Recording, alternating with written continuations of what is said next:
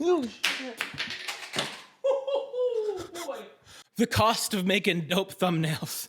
I know you guys look to me for guidance on what cologne to spray on your bod, so that's what I'm going to do, conveniently in this video. However, instead of telling you the best fall fragrances to wear, I'm just gonna tell you the fragrances I actually wore this fall. Now, some of you may or may not know that autumn is my favorite season for putting on aftershave. That was for the Brits watching. Mainly because it means that the temperature is starting to drop.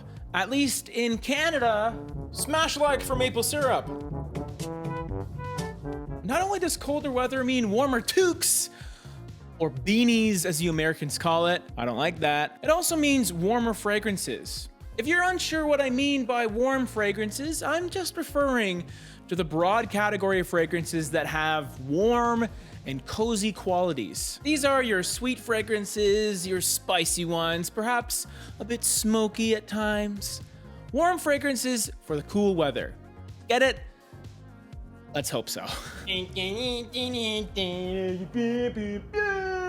Now, just because the weather is cooler in the fall doesn't mean you want to smell like an old plank of wood soaked in Fireball whiskey. Some fall days are cool and some are warm, so you need to be a bit more flexible with your fragrance choices. In my previous fall video, I talked about a few fragrances I was excited to wear this season. Spoiler alert, only one of those fragrances made it onto this list. Where is the list, Jay? All right, I'll get on with it. First up is Amen Ultimate.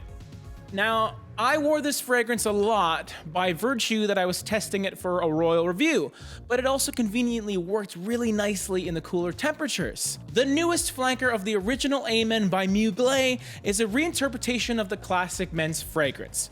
While Amen was more so about patchouli, Ultimate takes the coffee note and sweetens it up a little bit into a fresh, slightly airy cappuccino smell. Not a ton of bitterness to it, it's more so on the sweet side. At the time of this video's release, it's not easy to find in North America, but give it a few months, and hopefully you'll catch it on Fragrance Buy for hashtag gimme cheap prices. For whatever reason, I also found myself reaching for Zoologist Panda this fall. I'm a bit embarrassed because I used to make fun of people that would call the brand Zoologist, even though I was calling it Zoologist. It's Zoologist, okay? I get it. Zoologist, not zoologist.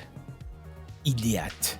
I have the second formulation of Panda, and while I usually discourage you all from concerning yourself with batch hype, Panda had a documented reformulation, okay? In 2017, it smells quite different from the original. Mainly, it's the Panda poop note that's been toned down a bit. There's still a tad bit of it, but that's what gives the fragrance life, in my opinion. Poop gives life. Animalic civet note aside, I love the fruity floral nature of Panda. It's something I always wear in the springtime alongside another Zoologist fragrance, Elephant. That being said, the earthy, slightly dirty aspect of Panda seems to complement the slowly decaying leaves in my driveway. I gotta rake those. And what can you say about the performance? Seriously, I'm asking. Oh, it's my video. Considering this is largely a fruity floral fragrance in the dry down, it's beast mode status. So dope. La Nuit de Lhomme Frozen Cologne is my next fall fragrance that I wore this season. Awesome fragrance that is just so darn versatile.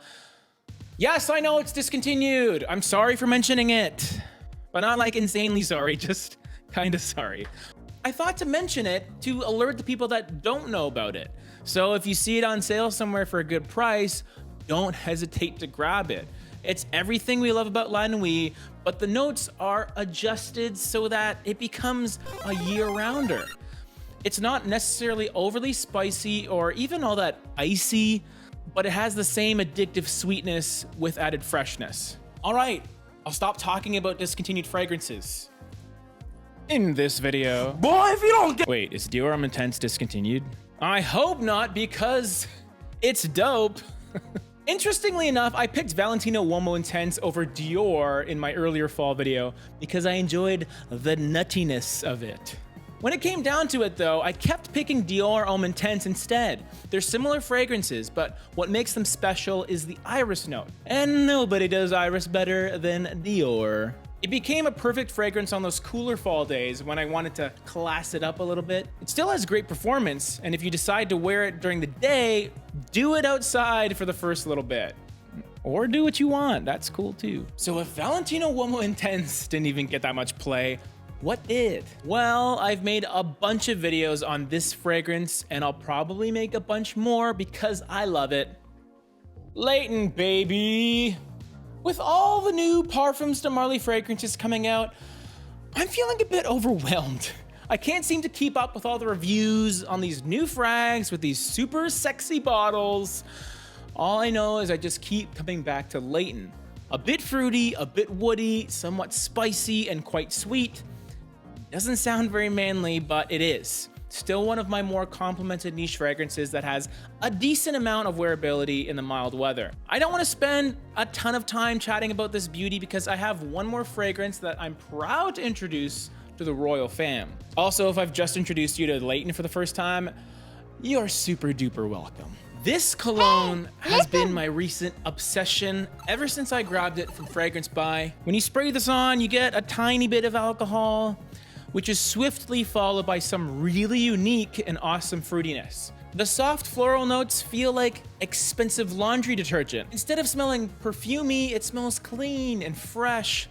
This fragrance has signature scent written all over it. Creative, high quality at a reasonable cost. The vanilla and tonka bean dry down warms it up for the cool weather. What more can I say about this one? Other than the name, of course.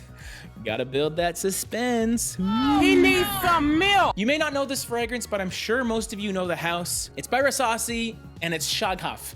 Nafais al Shagaf, to be exact. Sorry, habibis. This eau de parfum isn't trying to be Sauvage or Invictus Aqua. It is what it is. A phenomenal fragrance that I've been wearing the out of. If you want to pick this one up, fragrancebuy.ca has dope prices. Definitely my favorite place to buy fragrances online. Check the pinned comment below for details on an epic sale they're having right now. And if you want to see a video I did on a few other Rasasi fragrances, it's right here. The thumbnail is mega clickbait though. I don't actually think Rasasi makes fake fragrances. They just have a few clones here and there. But not this one.